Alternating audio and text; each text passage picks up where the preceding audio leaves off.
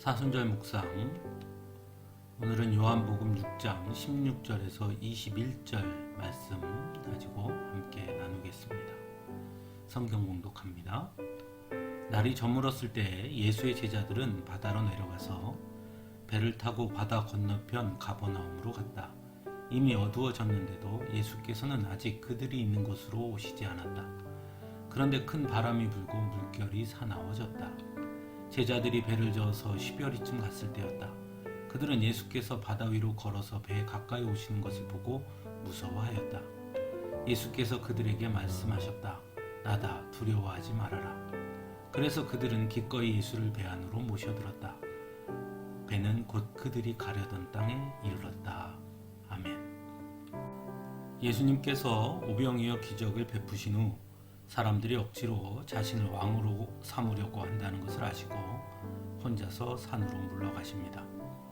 날이 저물었을 때 예수님의 제자들은 바다로 내려가서 바다 건너편 가버나움으로 향합니다. 예수님은 여전히 제자들이 있는 곳으로 오시지 않았습니다. 그런데 큰 바람이 불고 물결이 사나워지기 시작했습니다. 그리고 예수님께서는 바다 위로 걸어서 제자들에게 오십니다. 제자들은 바다 위를 걸어 가까이 오시는 예수님을 보고 무서워합니다. 그들이 두려워한 까닭은 과연 무엇이었을까요? 누구도 바다 위를 걸어올 수 없다는 것을 알았기 때문이죠. 즉 자신들의 경험과 이성으로 불가능한 일이라고 생각하는 것을 보았기 때문일 것입니다. 하지만 오병이어 기적을 베푸셨을 때 제자들은 두려워하지 않았습니다. 그건 역시 사람의 생각과 경험으로는 불가능한 일이었는데 말입니다. 오병이어 기적과 바다 위를 걸어 자신들에게 다가오신 예수님은 같은 분이었습니다. 그러므로 제자들이 두려워한 것은 자신들의 경험과 생각을 뛰어넘는 일을 보았기 때문일 수도 있지만 또 다른 이유가 있다고 할 수 있습니다. 그 이유는 예수님께서 하신 말씀에서 찾아볼 수 있습니다. 예수님은 두려워하는 제자들에게 말씀합니다. 나다, 두려워하지 말아라. 즉 제자들이 두려워했던 것은 바다 위를 걸어오시는 분이 예수님이라는 것을 알지 못했기 때문이라 할 수 있습니다. 그래서 예수님께서 나다, 두려워하지 말아라 말씀하시자 제자들은 기꺼이 예수님을 배 안으로 모셔드렸다고 말씀하고 있습니다. 우리도 살면서 때로 두려운 일을 겪을 때가 있습니다. 제자들과 마찬가지로 우리의 경험과 생각을 뛰어넘는 일을 겪게 될 때가 있기 때문입니다.